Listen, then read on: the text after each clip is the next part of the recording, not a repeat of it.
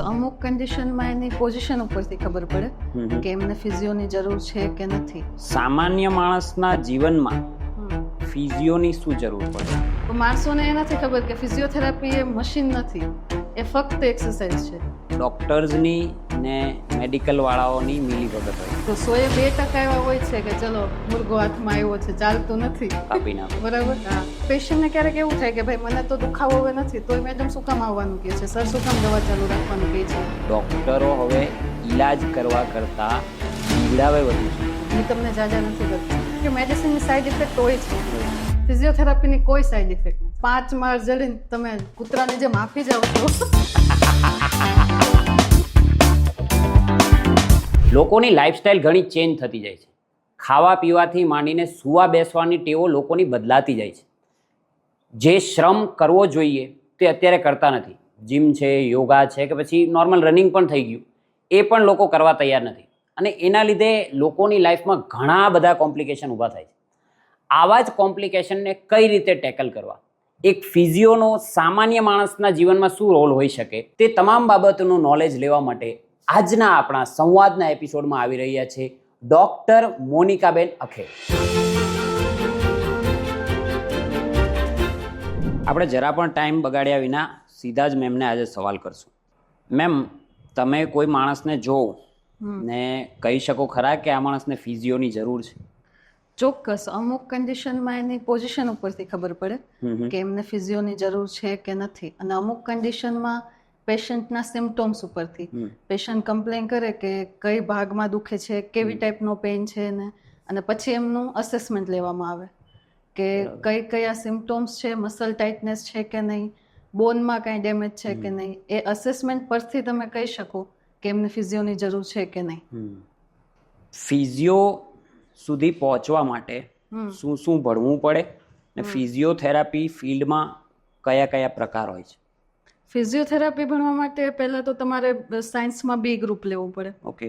એ બી ગ્રુપમાં તમારે 12થમાં કેટલા પર્સન્ટેજ છે અને પ્લસ ગુજકેટ, એ બંનેના પર્સન્ટેજ પરથી તમારું એડમિશન ડિસાઇડ થાય. બરાબર. ગવર્મેન્ટ યા તો પ્રાઇવેટ, જેમાં તમને એડમિશન મળે.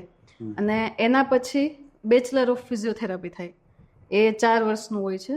અને પછી 6 મહિના એમાં ઇન્ટર્નશીપ હોય છે, બરાબર. અને એના પછી પણ જો આગળ તમારે પ્રોફેશનલ લેવલમાં જવું છે તો તમે માસ્ટર ઓફ ફિઝિયોથેરાપી કરી શકો છો. અને એના પછી પણ જો આગળ તમારે જવું છે તો આ ફિલ્ડમાં પીએચડી થઈ શકે છે. અને એના પછી તમે કોઈ પણ પ્રોફેશનમાં, મતલબ કોલેજમાં એઝ એ પ્રોફેસર લેવલે જઈ શકો છો. ગ્રેટ. ને ફિઝિયોના કેટલા પ્રકાર હોય? જેમ કે ડોક્ટરમાં બી એમાં પ્રકાર હોય? માસ્ટરમાં થાય છે. માસ્ટરમાં 3 પ્રકાર આવે છે. અચ્છા, કયા કયા? કે તમે કાર્ડિયોમાં ફિઝિયોથેરાપીમાં માસ્ટર કરી શકો છો, મતલબ હૃદયનું, ફેફસાનું, એ બધા માટેની એક્સરસાઇઝ. પછી એક તમે ઓર્થોમાં કરી શકો છો. ઓર્થોમાં જે બોન્સ છે, મસલ્સ છે, મતલબ હાડકા અને સ્નાયુ માટેનું. અને ત્રીજું છે તમે ન્યુરોમાં કરી શકો છો, મતલબ પેરાલિસિસ ને પાર્કિન્સન ને આ બધી જે બ્રેનની કન્ડિશન છે એમાં. બરાબર બરાબર બરાબર. સામાન્ય માણસના જીવનમાં ફિઝિયોની શું જરૂર પડે? સામાન્ય માણસના જીવનમાં અત્યારે જોઈએ તો બધાને ફિઝિયોની જરૂર છે. ઓકે. ક્યાંય તમે એવું માણસ નહીં જોયું હોય કે જેને દુખાવો નથી. કોઈ માણસ એવું નહીં કહે કે મને ક્યારેય લાઈફમાં પેઇન નથી થયું. તો પેઇન છે ત્યાં ફિઝિયો છે. એક્ઝેક્ટલી. યસ. તમને મસલ પેઇન છે કે કોઈ પણ પેઇન છે, બરાબર, તો પેઇન છે ત્યાં ફિઝિયો છે. અને અત્યારે આપણી લાઈફસ્ટાઈલ જ એવી થઈ ગઈ છે કે નથી આપને પ્યોર ડેરી પ્રોડક્ટ મળતા, બરાબર, કે નથી પ્યોર બીજું કાંઈ પણ આપને ફૂડમાંથી મળતું. અને તમે ગમે તે માણસને અત્યારે જોવો તો B12, કેલ્શિયમ ને વિટામિન ડી ની ડેફિશિયન્સી આવશે જ. અને આ 3 મેઇન છે કે જે તમારા બોન માટે, તમારા સ્નાયુ માટે ખૂબ જ જરૂરી છે. એટલે આ આપને ફૂડ સરખું ન મળવાના લીધે અત્યારે બધી ડેફિશિયન્સી આવે છે, જેના લીધે તમારા સ્નાયુ નબળા પડે છે, તમારા બોન નબળા પડે છે. એટલે અત્યારે દરેક સામાન્ય માણસના જીવનમાં ફિઝિયોથેરાપીની જરૂર છે. એક ફિઝિયો કેવી કેવી ટ્રીટમેન્ટ કરે છે? ફિઝિયોમાં મોસ્ટ ઓફલી જ્યાં પેઇન તમને હોય એટલે તમને ફિઝિયો ટ્રીટમેન્ટ આપી જ શકે. પણ મેઇનલી હમણાં આપણે વાત થઈ એમ કે 3 ભાગમાં ડિવાઈડ થાય છે. જી. ઓર્થોની ટ્રીટમેન્ટ, ન્યુરોની ટ્રીટમેન્ટ અને કાર્ડિયોની ટ્રીટમેન્ટ, બરાબર. ઓર્થોની ટ્રીટમેન્ટ છે તો એમાં કોઈ પણ તમને બોન પેઇન, મસલ પેઇન, એ બધા પેઇનમાં, એમાંય 2 ભાગમાં ડિવાઈડ થાય છે. એક તો ઇલેક્ટ્રોથેરાપી અને એક છે એક્સરસાઇઝ થેરાપી. ઓકે.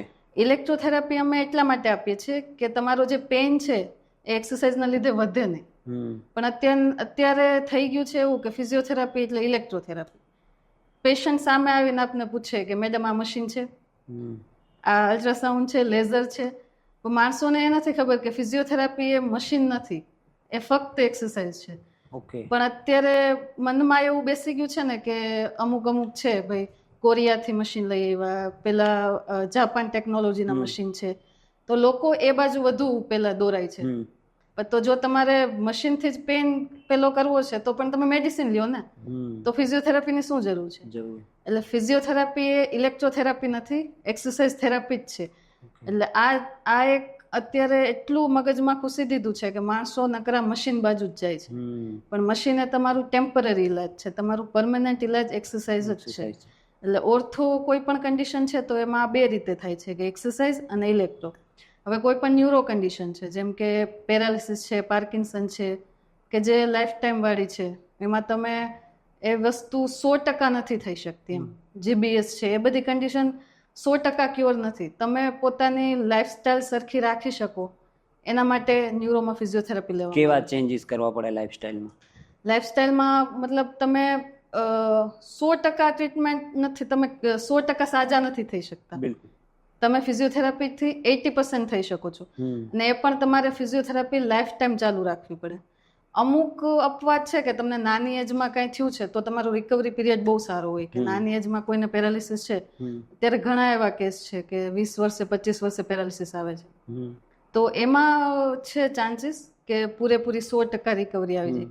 બાકી જો તમને 70-60 એજ પછી પેરાલિસિસ આવે છે તો 100% રિકવરી નથી આવતી, પણ તમે પોતાનું બધું જાતે કરી શકો. બરાબર, તમારે કોઈની જરૂર ના પડે, એટલું તમને ફિઝિયોથેરાપી રિકવરી આપે છે. બરાબર.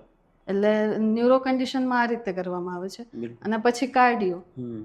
અત્યારે ઘણા એવા લોકો કહે છે કે ભાઈ આઈસીયુમાં ફિઝિયોથેરાપીનું શું કામ છે? પણ એ આઈસીયુમાં જે ફેફસાના જે હૃદયના પેશન્ટ છે તો એમાં ફિઝિયોથેરાપી બહુ મોટો રોલ આપે છે. કે જ્યારે આઈસીયુમાં પેશન્ટ છે તો એના ફેફસા, એના હૃદયનું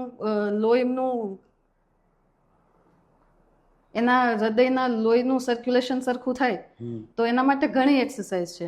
એના ફેફસા સારી રીતે ઓક્સિજન લઈ શકે એના માટે ઘણી એક્સરસાઇઝ છે. તો એક આઈસીયુમાં એક વગર ફિઝિયોથેરાપીનું પેશન્ટ, એક ફિઝિયોથેરાપી કરાવેલું પેશન્ટ, એ બંનેમાં બહુ ડિફરન્સ થાય છે. બરાબર.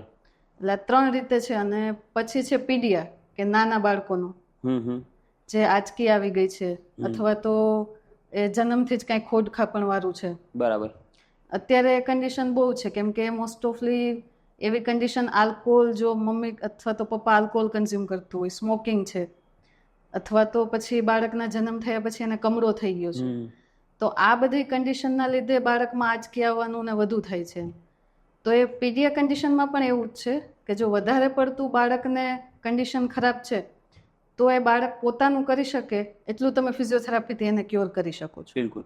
અને આ બધી કન્ડિશન લાઈફ બીટ કન્ડિશન છે કે તમને લાઈફ ટાઈમ સારું નથી થવાનું, તમે સ્ટેબલ રહી શકો છો ફિઝિયોથેરાપીથી. અને પીડિયામાં તો એવું ખાસ થાય છે કે ભાઈ 6-7 વર્ષ સુધી ફિઝિયોથેરાપી ચાલુ છે અને બાળકને પાછી આંચકી આવે છે તો એ બધું તમારું fail, zero, muscle memory zero થઈ જાય છે. બાપરે. એટલે એને પાછું તમારે ઝીરોથી સ્ટાર્ટ કરવું પડે છે. તો ટૂંકમાં બાળક જ્યારે પેટમાં હોય ત્યારે આવી ગંભીર વસ્તુઓ થઈ છે. કેવું ધ્યાન રાખવું પડે મા બાપને જ્યારે બાળક પેટમાં હોય ત્યારે? એક તો તમે આલ્કોહોલ કન્ઝ્યુમ કરતા ન હોવા જોઈએ, એક અત્યારે બહુ મોટી છે. ઓકે. અને પ્લસ સ્મોકિંગ છે.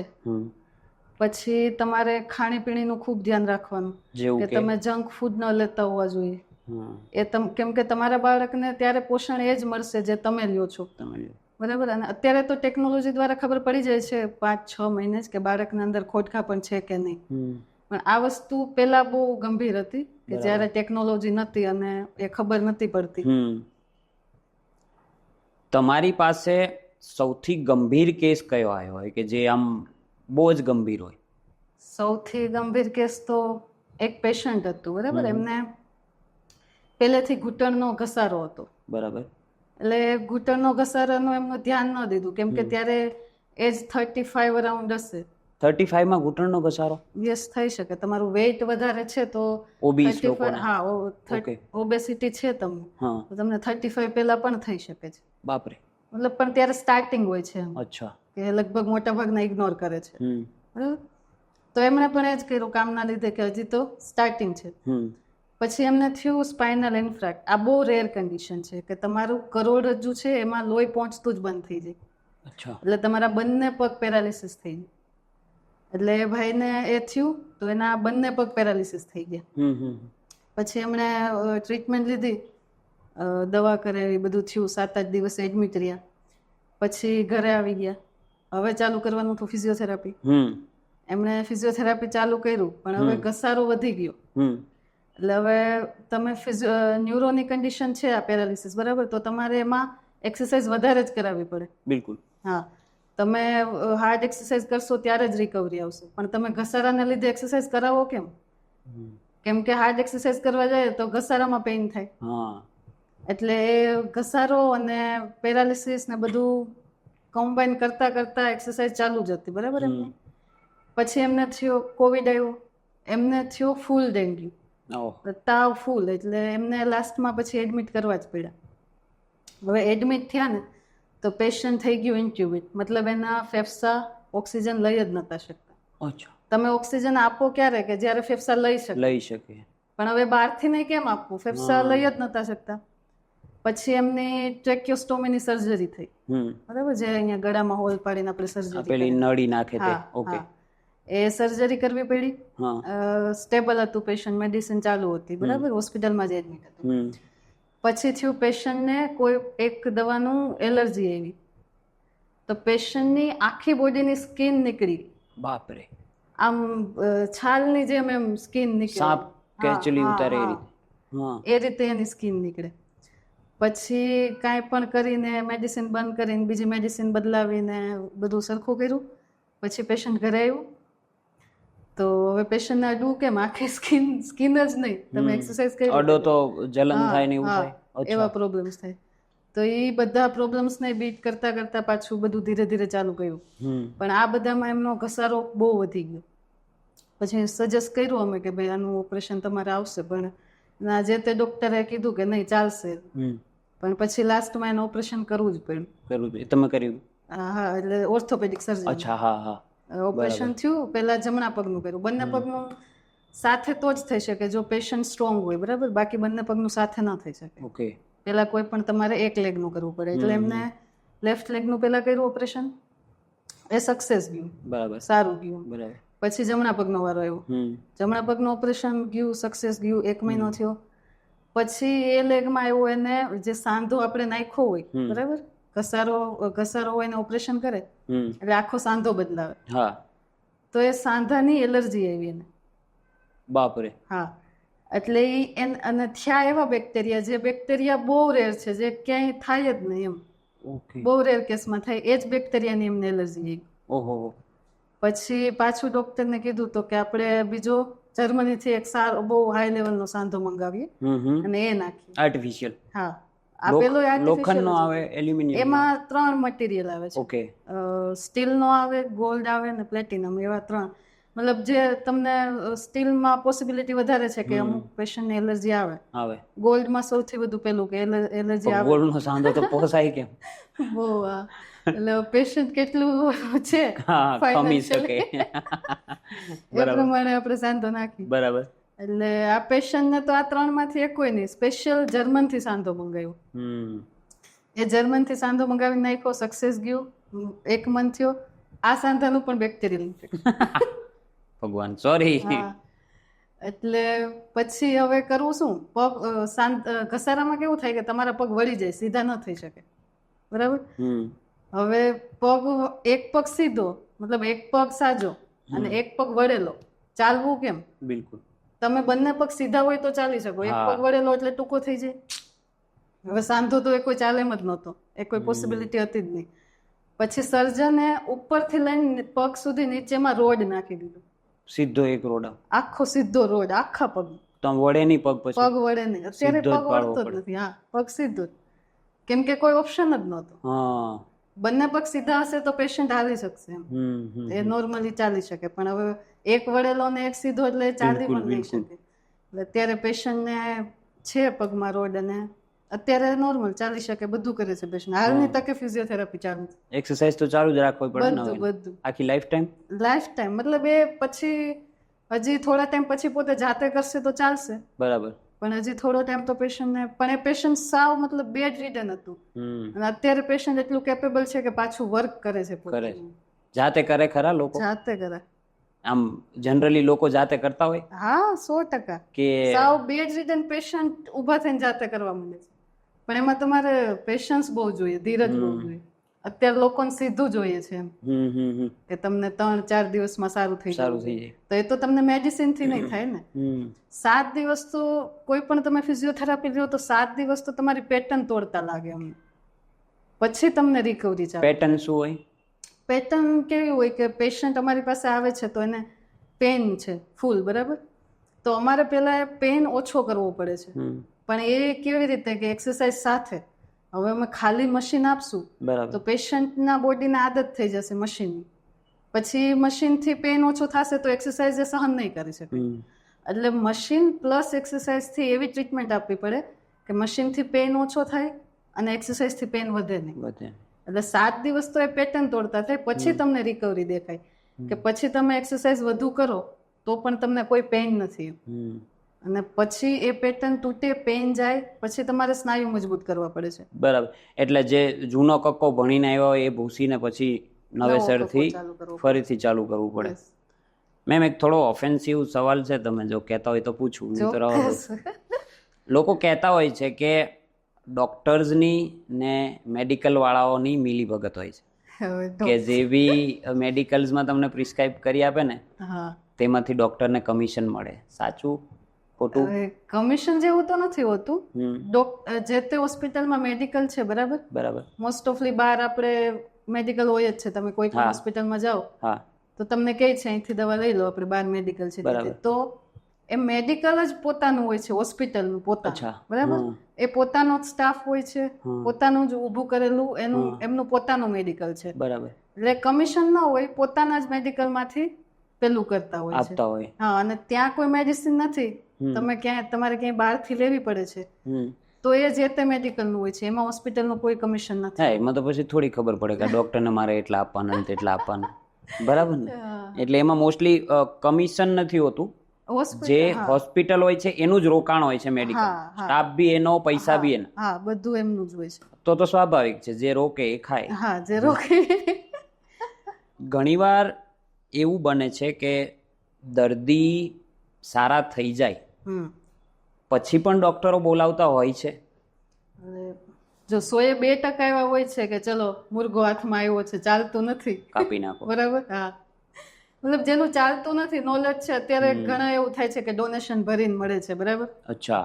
હા, બને છે ડોક્ટર. હવે એ લોકોને એટલું નોલેજ નથી હોતું, બધા તો સરખા નહીં હોય. તમે કોઈ પણ હોસ્પિટલે જાઓ તો તમને રિવ્યુ લઈને જ જશો. હા, બિલકુલ, બરાબર, બિલકુલ. તમે કોઈ પણ રેન્ડમ હોસ્પિટલે ક્યારેય નહીં જાઓ. તો એક હમણાં આપણે વાત થઈ, એક પેટર્ન હોય, ડોક્ટરને ખ્યાલ છે, બરાબર, કે આ આટલી વસ્તુ સારી થઈ ગઈ છે આમને, પણ જો આ આવી રીતે થઈ તો આનું શું પરિણામ આવશે. જેમ કે આ ઘસારો હતો, આપણે અઘરા કેસની વાત કરી, એ ભાઈને ઘસારો હતો, બરાબર. જો એમણે પેલા ઘસારાનો ઈલાજ લઈ લીધો હોત સ્ટાર્ટિંગમાં, તો આ કન્ડિશનમાં એમને ઘસારો નહીં નડત.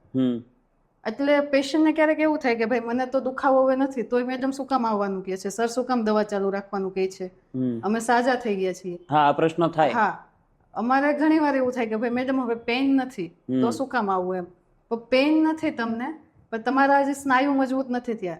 આ પરિસ્થિતિમાં શું થાય, તમને 3-4 મહિના પાછી એની કન્ડિશન રિવિઝન થાય.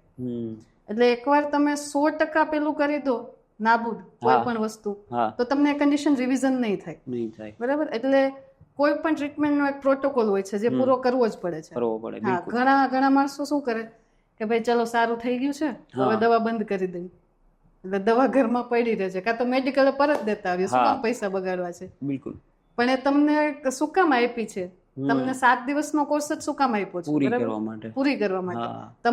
અમે તમને 1 મહિનાનું ફિઝિયોથેરાપી શું કામ કહીએ છીએ, 15 દિવસનું શું કામ કહીએ, બરાબર. ઘણા પેશન્ટમાં એવું થાય કે કોઈ રેફરન્સ લઈને આવે છે, બરાબર, તો મેડમ પેલા પેશન્ટને તો તમે ઘૂંટણનો દુખાવો હતો તો 15 દિવસનું જ કીધું હતું, મને શું કામ મહિનાનું કીધું? પણ એક ટાઈપનો ઘૂંટણનો દુખાવો નથી હોતો, તમને ઘૂંટણમાં ફરક હોય, ઘૂંટણમાં ફેરવું. બરાબર છે. હા, એટલે આવું ઘણી વાર થાય, પણ ડોક્ટરને ખબર છે કે આનો આ પ્રોટોકોલ છે. એટલે અમુકને છોડીને ડોક્ટરો જાણી જોઈને નથી 2% છોડીને જાણી જોઈને કોઈ નથી. બિલકુલ. આપણે કેમ સ્કૂલમાં હતા ને પરીક્ષા આપી દઈએ પછી બી થોડો દિવસ સ્કૂલ ચાલુ રહે, શું કામ? તો કે ભાઈ થોડું એ ચાલુ જ રહે, થોડું તમારું એડેપ્ટ થઈ જાય. એક્ઝેક્ટલી. વાતો એવી બી થાય છે કે ડોક્ટરો હવે ઈલાજ કરવા કરતા બીવડાવે વધુ છે. ના ના, એ હમણાં આપણે વાત થઈ ને કે બીવડાવતા નથી, એના પરિણામો ખબર છે. બરાબર બરાબર, કે જો કાંઈ પણ વસ્તુ વૈધી તો એ કયું સ્વરૂપ લેશે. બરાબર, આપણને એ ખબર નથી હોતી, કે સામાન્ય માણસને ન ખબર હોય, કે એને એટલી જ ખબર હોય કે મને દુખાવો છે. હવે કોઈ પણ ને સ્નાયુ આપણે તૂટી ગયું છે, મસલ રપ્ચર થયું છે, તો તમને ગ્રેડ 1માં હોય ત્યાં સુધી રિકવરી આવી શકે છે. એ ગ્રેડ 4માં જાય તો રિકવરી નહીં, ઓપરેશન જ કરવું પડે. એટલે એમાં તૂટવાના પ્રકાર હોય, ગ્રેડ 1 2 3 4 3 4 એ તૂટવાના પ્રકાર. માઇનોર 2 તો 1. એમઆરઆઈ રિપોર્ટમાં જે બતાવે છે આપને ગ્રેડ. બરાબર, કે ગ્રેડ 1માં છે, 2માં છે, 3માં છે કે 4માં છે. એમાં 3માં અને 4માં તમે ઓપરેશન બાજુ જ જવું પડે છે. તમે 1 ને 2 છે તો તમે ફિઝિયોથેરાપીથી સારા થઈ શકો છો. બરાબર, એટલે તમને 1 અથવા તો 2 છે ને ડોક્ટરે તમને કીધું કે ભાઈ 1 મહિનો ફિઝિયોથેરાપી લઈ લો. હવે તમને થઈ ગયું 7-8 દિવસમાં સારું, તમે બંધ કર્યું, બરાબર, પછી શું થશે? એ ગ્રેડ વધશે. તમને 1 મહિનો કાંઈ વાંધો નહીં આવે, જેવો તમે ક્યાંક વજન ઉચકો, તમારા ખભાને જોર પડ્યું એટલે પાછું એ તૂટવાનું ચાલુ થશે. પછી ગ્રેડ 1માં નહીં થાય, ડાયરેક્ટ 3-4માં જ જશે. બરાબર, એટલે પછી તમારું ડાયરેક્ટ ઓપરેશન જ આવશે. એમ બાપરે, પછી તો એ ગ્રેડ 4માં તો પછી ખોલો કહેવાય. એટલે ડોક્ટરને ખબર હોય છે કે આ વસ્તુ નહીં થાય તો આનું આ થઈ શકે છે, થઈ શકે છે. બરાબર, એટલે તમને ચેતવણી આપતા હોય.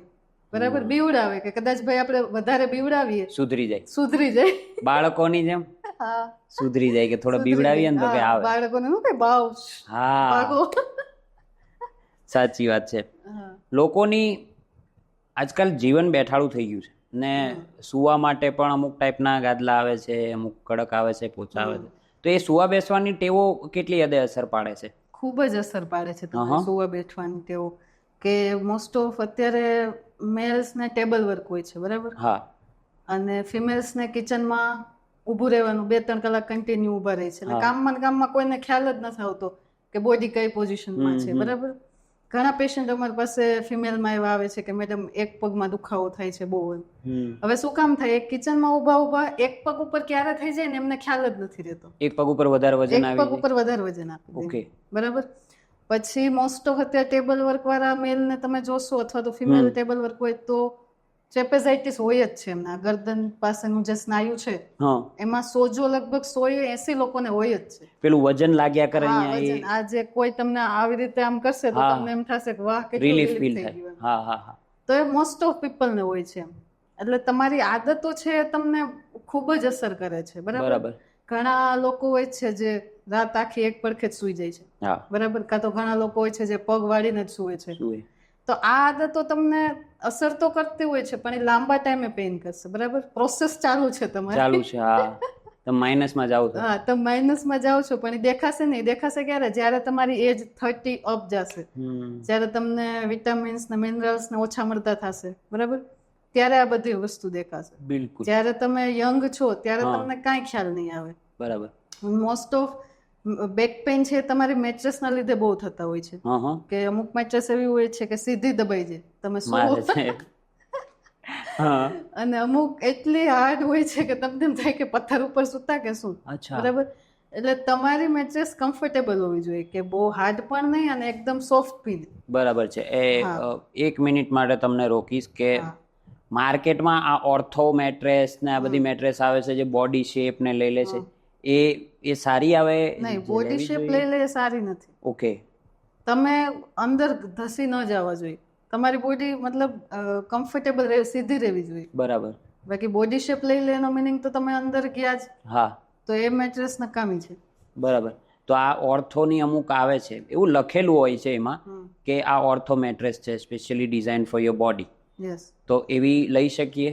એટલે ડિઝાઇન ફોર યોર બોડીમાં તમે એવી લઈ શકો કે જે મતલબ થોડી હાર્ડ છે, કે તમે અંદર ઘૂસી નથી જતા, બરાબર? એટલી કુશની બી નહીં કે અંદર હા, ઘૂસી હા, જેવું. એટલી કુશની બી ન હોવી જોઈએ. ઓશિકાનો બી ફરક પડે ને સ્પેશિયલી આ હા, વસ્તુ ખૂબ પર. જ. ઘણા લોકોને આદત હોય છે કે બે ઓશિકા રાખીને સૂવે છે, પણ એ આદત તમને લાંબા ટાઈમે ખૂબ નડે છે. તમારા મતે કઈ ટાઈપનું ઓશિકું, યા તો કેટલા એંગલમાં આપણે રાખવું જોઈએ? ઓશિકું ને ગાદલા જે દેશી રૂના આવે છે ને, હા, બરાબર, એ પરફેક્ટ છે એમ. અમુક ટાઈમે પછી એને ધોકાવા પડે, કડક થઈ જાય. બહાર તડકામાં રાખીને ભમ ભમ ભમ, કાંઈ કોઈ ઉપર ગુસ્સો આવે તો ગાદલા ધોકા. પછી તો ખુદ પર જ ગુસ્સો આવે કે હારું કેટલું કડક કરી નાખ્યું દે હુઈ હુઈને. બાકી અત્યારે આ બધું વધતું જાય છે, બાકી દેશી રૂના ગાદલા બેસ્ટ છે એમ. હા હા, હજુ બી? હા, હજુ બી કોઈ પણ તમે જોવો ને એટલા સોફ્ટ બી નથી કે તમે અંદર ચાલ્યા જાઓ, હા, અને એટલા હાર્ડ પણ નથી કે તમને એમ લાગે કે નીચે સૂતા છો. નીચે સુતા એકદમ કમ્ફર્ટેબલ છે. એને ટાઈમે ટાઈમે ધોકાવા પડે બસ. બસ ધોકાવી લેવાના. 15 દી એકવાર ધોકાઈ લો તડકામાં રાખીને, એટલે પાછા થોડા સોફ્ટ થઈ જાય.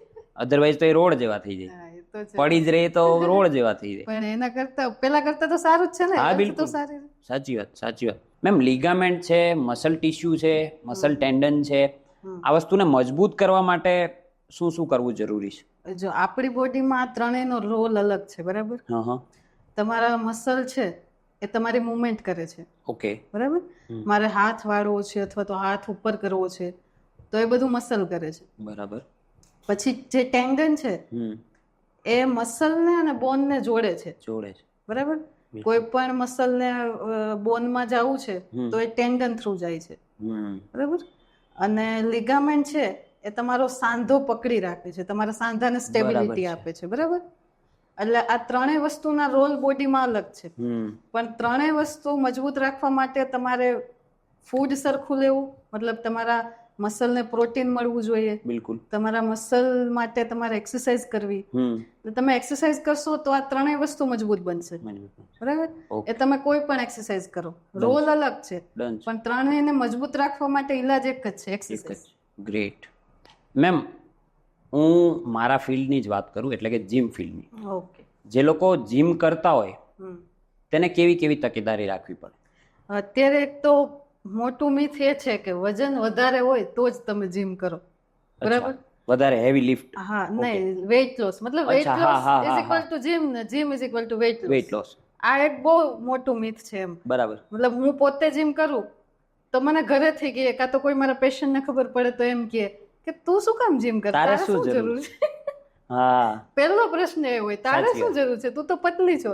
બરાબર. પણ જીમનો મતલબ એ નથી કે વેઇટ લોસ હોય, વેઇટ વધારે હોય તો જ જીમ કરવું, બરાબર? તમારી ફિટનેસ સારી રાખવા માટે જીમ કરવાનું છે. લાઈફસ્ટાઈલ. હા, લાઈફસ્ટાઈલ.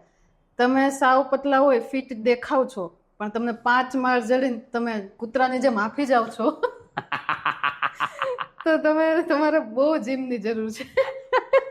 સાચી વાત છે. હા, બરાબર. એટલે જીમ તમારી ફિટનેસ માટે છે, તમારા વેઇટ લોસ માટે નહીં, બરાબર? એક્ઝેક્ટલી. એટલે જીમ દરેક માણસે કરવું જોઈએ. ગ્રેટ. સાંભળજો, અમારું ફિલ્ડ છે. તમારા મતે ઓકે, હા, મારા મતે તો જીમ સર્વશ્રેષ્ઠ છે, બરાબર? Yes, yes. જીમ, યોગા કે ખાલી રનિંગ, આ ત્રણમાંથી બેસ્ટ શું? અત્યારે આપણે કહીએ તો કાંઈ પણ કરો, માણસોને કંઈ પણ તમે કરો, કંઈક કરો. કંઈક કરો. ઓકે. ચાલો, દોડો, યોગા કરો, જીમ કરો, કાંઈક તો કરો. પણ બસ ખાવા સિવાય કોઈને કંઈ નથી કરવું. ધંધીનો જ નથી. ધંધો જ નથી. નાખવું છે બધું, બરાબર, પણ એ જોવું નથી કે અસર શું કરે છે.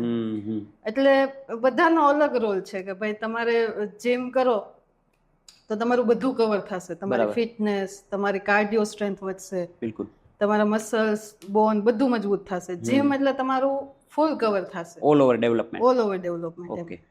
યોગા કરો છો તો યોગા એવા છે કે તમને ધીરે ધીરે અસર કરે, મતલબ બોડીની મોબિલિટી વધે છે, તમે થોડા ફ્રેશ રહ્યો આખો દિવસ, મતલબ એક એ રોલ છે કે તમારું બોડી સ્ટ્રેચેબલ બને, બરાબર?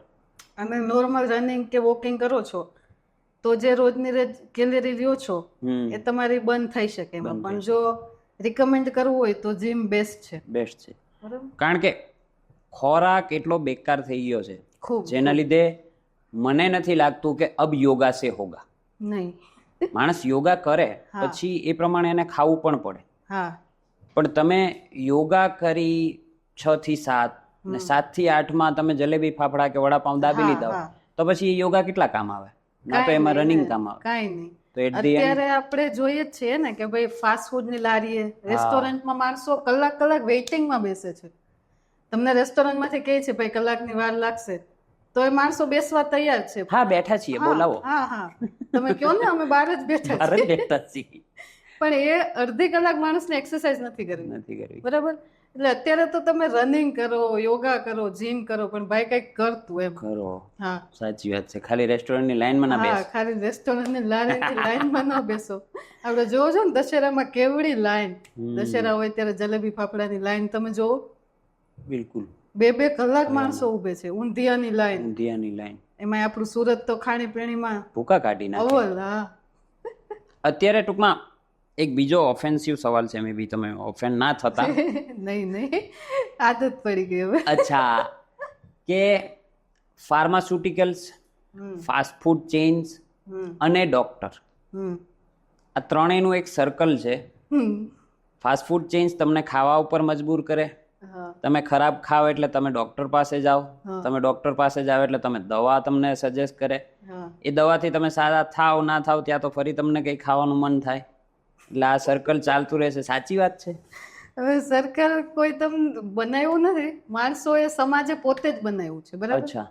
તમને કોઈ રેસ્ટોરન્ટ વાળો ને ખાણીપીણી વાળો ઘરેથી તો તેડવા નથી આવતા, ભાઈ ચાલ આ નવી રેસીપી આવી ખા મારું તું. બંધ થઈ જાય તું નહીં આવે. હા તું ખા. કે કોઈ ડોક્ટર તમને એમ તો નથી કહેતું કે ભાઈ આવ.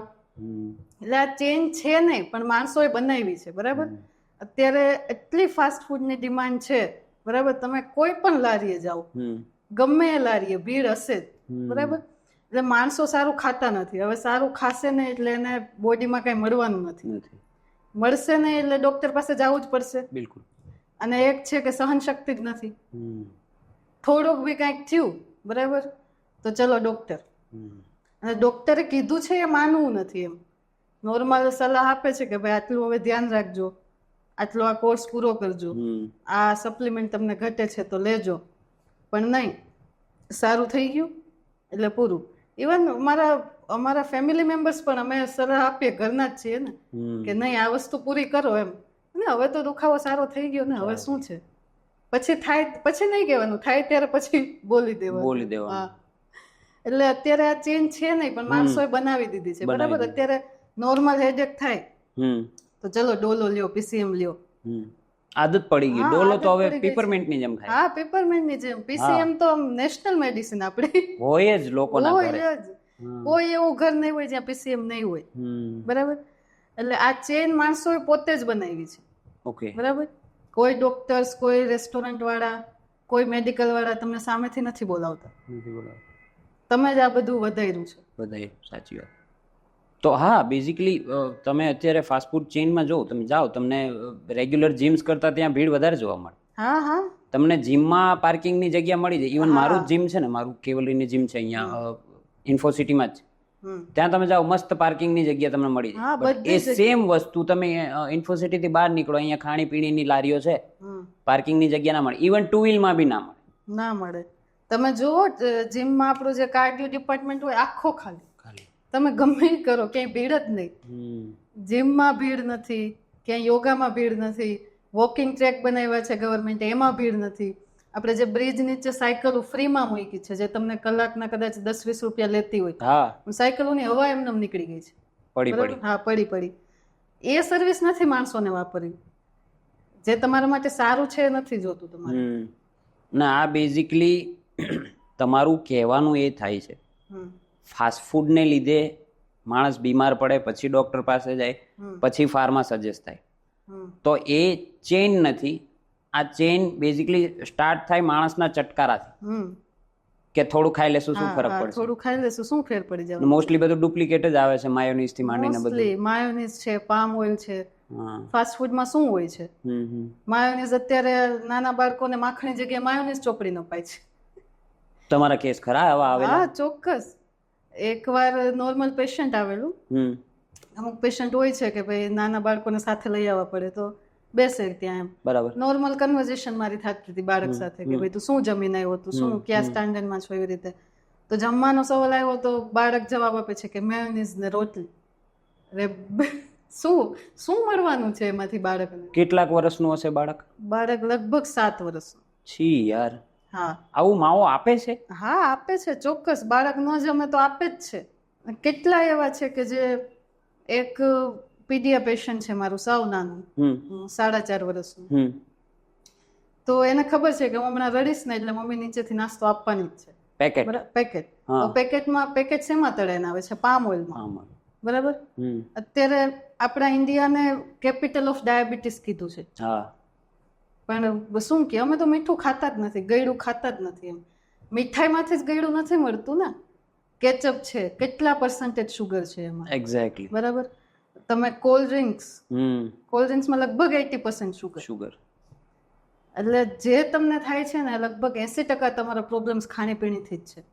ઇવન ફિઝિયોને લગતા જે બી પ્રોબ્લેમ્સ. હા, જે બી તમે કોઈ પણ રીતે બીમાર પડો છો. તો અત્યારે મોસ્ટ ઓફ ફ્રેક્ચરના કેસ શું કામ વધી ગયા છે? માણસના બોન એટલા સ્ટ્રોંગ છે જ નહીં. ઓકે. બરાબર. તમે નોર્મલ પડો છો તોય ફ્રેક્ચર થઈ જાય છે. એ શું કામ? તમારા બોનમાં કેલ્શિયમ જ નથી. કેલ્શિયમ, B12 બે એવા છે કે જે તમને ડેરી પ્રોડક્ટમાંથી મળે છે. પણ ડેરી પ્રોડક્ટ ક્યાંથી પ્યોર લેવા જવાથી? હા, એકચ્યુઅલી વાત તો સાચી. મને યાદ છે બાળપણમાં હું લગભગ 3-4 ભણતો ને 2nd ફ્લોર ઉપરથી આવ્યો હતો નીચે. થોડી વાર શ્વાસ નહોતો આવ્યો, પછી કમ્પ્લીટ થઈ ગયું હતું. ઘરે ખબર ના પડે એવું થઈ ગયું. પેલું છોલાયું હોય ને એ તો ઢાંકી દઈએ, પણ તૂટ્યું હોય એ ના ઢંકાય. એટલે આપણે ખાધેલા છે પ્રોડક્ટ. બરાબર. ઘી. હા, એટલે તમે ગમે ત્યાંથી પડો નથી તૂટવાનું. અત્યારે માણસ લપસી જાય તો બોન તૂટી જાય છે. અમે પેશન્ટ આવે હિસ્ટ્રી પૂછવાની કે કઈ રીતે પડ્યા છો, એ બધું નોર્મલ પ્રોટોકોલ હોય છે. બરાબર. કઈ રીતે, ક્યાંથી પડ્યા હતા, કેટલા દિવસ પહેલા, તો પૂછો એટલે કઈ ને મેડમ નોર્મલ લપસી ગયો, નોર્મલ પડી ગયો ને તો હાથ ઉપર વજન આવી ગયું. બરાબર. એમાં માણસના હાથ તૂટી જાય છે. બરાબર. હા. હવે આપણે મોસ્ટ ઓફ ઇન્ડિયામાં તમે ઘી ને તેલ બંને હોય છે. બરાબર. આપણે શેમાં વઘાર કરીએ છીએ? તેલમાં. હવે સીડ ઓઇલ છે આપણા બોડીમાંથી બન્યું જ નથી એમ. અને આપને એવું શીખવાડવામાં આવ્યું છે કે ઘીમાં ફેટ વધારે હોય છે. Western influence. બરાબર. બિલકુલ. ઘી એક બહુ સારું, તેલ કરતા ઘી તમારું 100 ગણું સારું છે. તમે ઘીથી વઘાર કરો, ઘીથી રોટલી ચોપડીને ખાઓ. બરાબર. ઘી તમને ફેટ નથી તમારું વધારતું, ઘી તમને જાડા નથી કરતું. માયોનીઝ છે, પામ ઓઇલમાં 50% વધુ ફેટ હોય છે નોર્મલ ઓઇલ કરતા અને ઘી કરતા. ને અનહાઇજેનિક બી ખરું ને બનાવવા. તમારું બહુ હાઈ લેવલનું કોલેસ્ટેરોલ વધારે છે. હાર્ટ એટેક અત્યારે શું કામ એટલે આવે છે? કેમ કે અત્યારે મોસ્ટ ઓફ વસ્તુ પામ ઓઇલમાં બનવા માંડી છે. બિલકુલ. એટલે અત્યારના બાળકના ફ્યુચર બહુ આગળ ધૂંધળા છે. ધ્યાન ના રાખો તો ખૂબ ધૂંધળા થઈ જાય. ખૂબ ધૂંધળા છે. અત્યારથી એમને આવો ખોરાક મળે છે તો આગળ એમનું શું થશે? ટેવ જ એવી પડે ને, બોડી એડેપ્ટ કરી લે. મા બાપ આદત જ એવી પાડે છે. અત્યારે શનિ રવિ કોણ ઘરમાં જમે છે? શનિ રવિ આવ્યું, ચલો બહાર. અમે જમીએ. મારે તો ઘરેથી જ મનાય છે. એ બહારનું અમને ન ફાવે. કે એ બહુ સારું. મેમ, જૂની ટેકનોલોજી કરતા અત્યારની એડવાન્સ ટેકનોલોજી તમારા ફિલ્ડમાં કઈ રીતે મદદરૂપ થાય? અત્યારની એડવાન્સ ટેકનોલોજી જે એક્સરસાઇઝમાં આવી છે, બરાબર, અમુક મશીન જે એક્સરસાઇઝ માટે આવ્યા છે એ બહુ જ સારા છે. પણ જે ઇલેક્ટ્રોથેરાપીમાં નવી ટેકનોલોજી આવી છે એ નથી સારી. બરાબર. એ ઘણા એવા મશીન છે, લેઝર થેરાપી, અલ્ટ્રાસાઉન્ડ, બહુ હાઈ લેવલના હવે ફ્રીક્વન્સીના આવવા માંડે છે. બરાબર. એ તમારો પેન તો ચલો 2 દિવસમાં વયો જશે, પણ એ પરમેનન્ટ નથી. આપણે આગળ વાત થઈ એમ. બરાબર. એટલે એડવાન્સ ટેકનોલોજી ઇલેક્ટ્રોથેરાપી માટે જરાય સારી નથી. ફિઝિયોથેરાપી એ એક્સરસાઇઝ ઉપર જ તમે ફોકસ કરો. એ માણસોના મનમાં બહુ મોટું મિથ છે. અને તમે ફિઝિયોથેરાપી લો છો તો તમારે પેશન્સ રાખવા જ પડે. તો ટૂંકમાં આ જે ક્લિનિક્સ કહેતા હોય છે ફિઝિયોથેરાપીમાં કે આ મશીન છે ને પેલું મશીન છે, એ ખાલી લોભામણી ઓફર? હા, બસ લોભામણી ઓફર જ છે. 100%. ક્લિનિક પોતાનું વધારે પેલું થાય, ડેવલપ થાય એ માટે તમને. હા, એ માટે તમને કે અમે મોસ્ટ ઓફલી અત્યારે વેઇટ લોસના મશીન આવ્યા છે. બરાબર. ક્રાયોથેરાપી, લાઇપોસક્શન, આ તે. બરાબર. એ સારું છે. અમારી ક્લિનિકે પણ છે. પણ શેમાં કે એવા પેશન્ટમાં જે એક્સરસાઇઝથી વેઇટ લોસ નથી કરી શકતા. બરાબર. ઘૂંટણનો ઘસારો છે, બેક પેઇન છે, તો એ લોકો બધી એક્સરસાઇઝ નહીં કરી શકે. ના કરી શકે. એમાં ધ્યાન રાખવું જ પડશે. ચાલવાનું પણ અઘરું પડી જતું હોય. હા, ઘણું. તો એમાં ઘણા પ્રિકોશન્સ લેવા પડે. તો એવી કન્ડિશનમાં એ મશીન સારું છે કે એ એક તો એક્સરસાઇઝ જેટલી થાય એટલી એક્સરસાઇઝ પ્લસ એ મશીન, બરાબર. એટલે એવી કન્ડિશન માટે મશીન બેસ્ટ છે. પણ અત્યારે બધા એ મશીન બાજુ જાય છે, સામાન્ય લોકો પણ. ઓકે. કે મતલબ કોઈ ઇન્ક્વાયરી માટે આવે તો મેડમ પેલું મશીન નથી જેનાથી વેઇટ લોસ થાય છે, ફેટ રિડક્શન થાય છે, બરાબર. પણ એ મશીન શું કામ લેવું છે જો તમે એક્સરસાઇઝ કરી શકો છો? બરાબર. પેશન્સ નથી ને. પેશન્સ નથી, તરત જોઈએ છે બધાને કે આજે મશીન થી કરી નાખ્યું, કાલે હું પાતળો. બધા રીલ ના જમાના વાળા છે ને, ટિકટોક વાળા છે. 15 સેકન્ડ 30 સેકન્ડ વાળા. પણ એ હોર્મોનલ ચેન્જીસ ની રીતે તો બહુ જ ભયાનક ને એ વસ્તુ. અચાનક થી તમારા બોડીમાંથી ઘણું બધી વસ્તુ નીકળી જાય, ફેટ નીકળી જાય, તો એ ભયાનકતા તો ખરી ને એની. ચોક્કસ. તમે જો એક્સરસાઇઝ કરી શકો છો, યંગ છો, છતાં પણ તમારે એ બધું કરવું છે તો એ તમારા માટે નુકસાનકારક જ છે. જે વસ્તુ તરત થાય છે ને એ નુકસાન આપે છે, બરાબર. બિલકુલ. તમને મેડિસિન કરતા ફિઝિયોથેરાપી શું કામ બેસ્ટ છે? કેમ કે મેડિસિનની સાઈડ ઇફેક્ટ હોય છે. ફિઝિયોથેરાપીની કોઈ સાઈડ ઇફેક્ટ નથી અને પરમેનન્ટ ઇલાજ છે તમારો. બિલકુલ. તો મેડિસિન લેશો, સ્ટીરોઇડ લેશો, કેટલું 6 મહિના 10 મહિના પછી એ વસ્તુ રિપીટ થવાની જ છે. બિલકુલ. એકવાર બાહ્ય પરિબળો બંધ થશે એટલે અંદરથી પાછું પેલું જાગશે. સાચી વાત છે. મેમ, તમારું પોતાનું પણ ક્લિનિક છે. એક હાઈટેક ક્લિનિક બનાવવા માટે આમ ખર્ચો કેટલોક થઈ જાય? હવે તો ક્લિનિક નું ઇન્ટિરિયર કેવું રાખવું છે, મતલબ જેટલો નાખો એટલો થાય એમાં. બરાબર. પણ એક તમારે સામાન્ય ક્લિનિક બનાવવું છે, સામાન્ય મશીન છે, બરાબર, બેડ છે અને કર્ટેન્સ ને, તો તમારું 3-1 લાખ સુધીમાં બની જાય સામાન્ય ક્લિનિક ફિઝિયોથેરાપી. જરૂર છે એટલું. પછી તો તમે તમારે હાઈટેક મશીન લેવા છે ને પેલું ના અંતે લોભામણી ઓફરો આપવી હોય તો ઓફરો આપવી છે, તરત ઉપર વહી જવું છે ને. સ્ટાફ કેટલો જરૂરી હોય છે? હા, સ્ટાફ બહુ જરૂરી છે. તમે ઊભું કરી દીધું તમારું ક્લિનિક, બરાબર, પણ હવે એની ટીમ સારી હશે તો તમે આગળ વધશો, બરાબર. કોઈ પેશન્ટ તમે હેન્ડલ કરતા હોય તો તમારું છે તો તમે બહુ સારી રીતે હેન્ડલ કરવાના છો. હવે એક ટાઈમે કોઈ બીજું પેશન્ટ આવે છે તો એને સ્ટાફને હેન્ડલ કરવું પડે. તો સ્ટાફ સારો હોવો ખૂબ જ જરૂરી છે. અમારા તો દ્વારકાધીશની કૃપાથી બહુ સારો સ્ટાફ છે. તમારા છે કોઈ એવા બેન કે ભાઈ? આયુષી પટેલ કરીને છે. શું વાત છે! ખૂબ સારો. મતલબ હું જેટલું મારા ક્લિનિક ને માનું છું એનાથી વધારે. શું વાત છે! હા મેમ, લોકોને ઘણીવાર છે ને કન્ફ્યુઝન થઈ જાય કે ફિઝિયો ને ઓર્થો સરખા, કારણ કે સિમિલર વર્ક હોય, મસલ ને બોન, બરાબર. તો આ બંનેમાં ફરક તો છે. કઈ રીતે? ચોક્કસ. હવે ઓર્થોપેડિક નું અત્યારે શું છે કે તમને માણસો ફિઝિયોથેરાપી થી અવેર નથી, બરાબર. અત્યારે મોસ્ટ ઓફ ફિઝિયોથેરાપી તમે જોશો 50% બહાર પડે છે તો એમાંથી 50% ફોરેન વયા જાય છે. મોસ્ટ ઓફ ફિઝિયોથેરાપી તમે જોજો આઈએલટીએસ આપી છે, આઈએલટીએસ ની તૈયારી ચાલે છે. આ તે શું કામ કે અહીંયા લોકોને નોલેજ નથી, બરાબર. બહાર ફોરેનમાં નોલેજ છે કે ફિઝિયોથેરાપી પાસે ક્યારે જવું, બરાબર. એટલે તમને કોઈ પણ મસલ પેન છે, બોન પેન છે, બેક પેન છે, તમે ઓર્થોપેડિક પાસે જવાના છો, બરાબર. બિલકુલ. હવે ઓર્થોપેડિક નું કામ એ છે મેડિસિન આપવું અને કોઈ પણ સર્જરી છે, જો સર્જન છે ઓર્થોપેડિક તો સર્જરી છે, બરાબર, ફિઝિયોથેરાપી સજેસ્ટ કરવી, બરાબર. હવે એ અમારી પાસે પેશન્ટ આવ્યું કોઈ પણ પેન લઈને, એટલે કઈ એક્સરસાઇઝ કરાવી, કેટલા દિવસ કરાવી, દિવસમાં 2 ટાઈમ કરાવી, 1 ટાઈમ કરાવી, એટલે એ પછી એક ફિઝિયોથેરાપિસ્ટનું કામ છે. કયા મશીન આપવાના છે, કઈ એક્સરસાઇઝ છે. પણ અત્યારે ઘણા પેશન્ટ અમારી પાસે ફાઇલ લઈને આવે, મેડમ ઓર્થોપેડિક અમને આ કસરત કરવાની કીધી છે.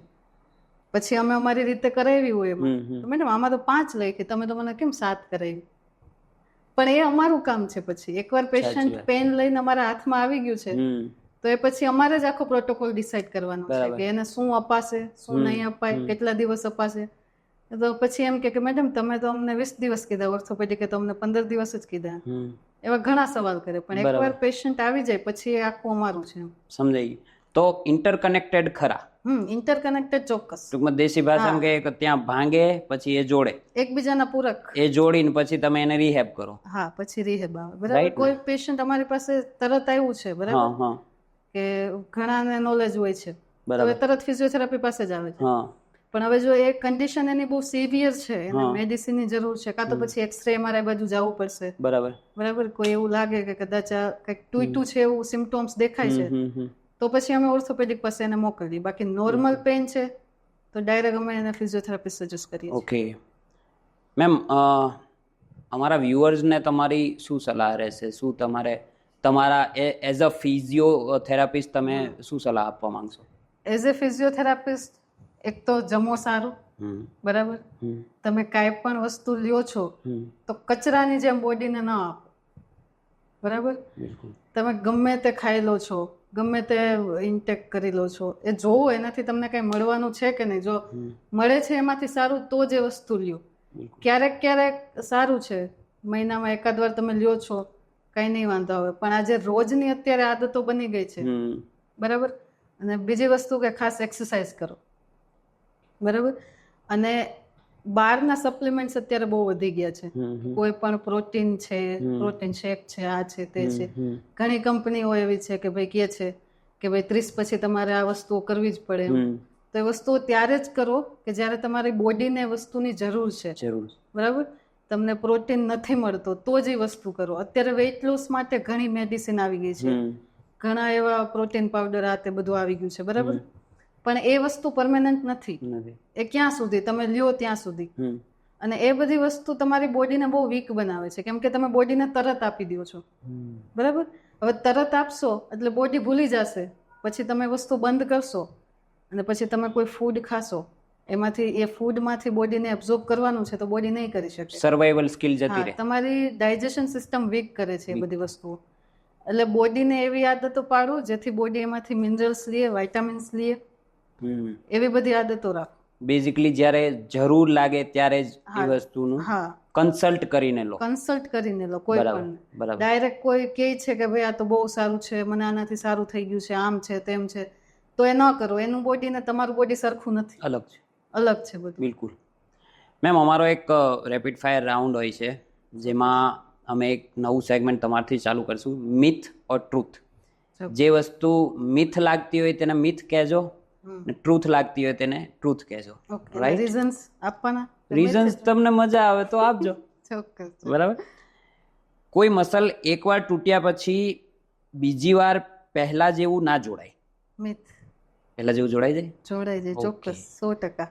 5 વર્ષથી નાના બાળકોને જીમ ના કરાય. હા, એ ટ્રુ છે. ઓકે. જીમ કરવાથી હાઈટ ના વધે. મિથ. વધે? વધે ને, તમને જોઈ લો, મને જોઈ લો. વધારે મસલ હોય તો તેમાં વધુ તાકાત હોય. મિથ. જરૂરી નથી ને? જરૂરી નથી. સુવા બેસવાની ખોટી પદ્ધતિથી મસલ ડેમેજ થાય. ડેમેજ નહીં, વીક થાય. વીક થાય, ડેમેજ નહીં. સો મિથ બી નથી ને ટ્રુથ બી નથી. હા, વીક થાય, વીક થાય. ડેમેજ ના થાય. પણ વીકનેસ પછી ડેમેજ થાય. ધ્યાન ના રાખો. વધે તો ડેમેજ થાય. સતત જ કર્યા કરો તો ડેમેજ થાય. હા. ઓકે મેમ, બહુ મજા આવી તમારી સાથે વાત કરીને.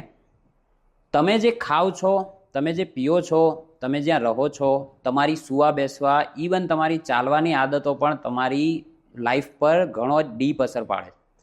મેમ પાસેથી આપણે બધી જ જાણકારી જાણી અને ઘણું બધું નોલેજ લીધું, તે આપણે આપણા જીવનમાં ઉતારીશું અને મળીશું સંવાદના નેક્સ્ટ એપિસોડમાં. લાઇક, શેર અને સબસ્ક્રાઈબ કરતા રહેજો.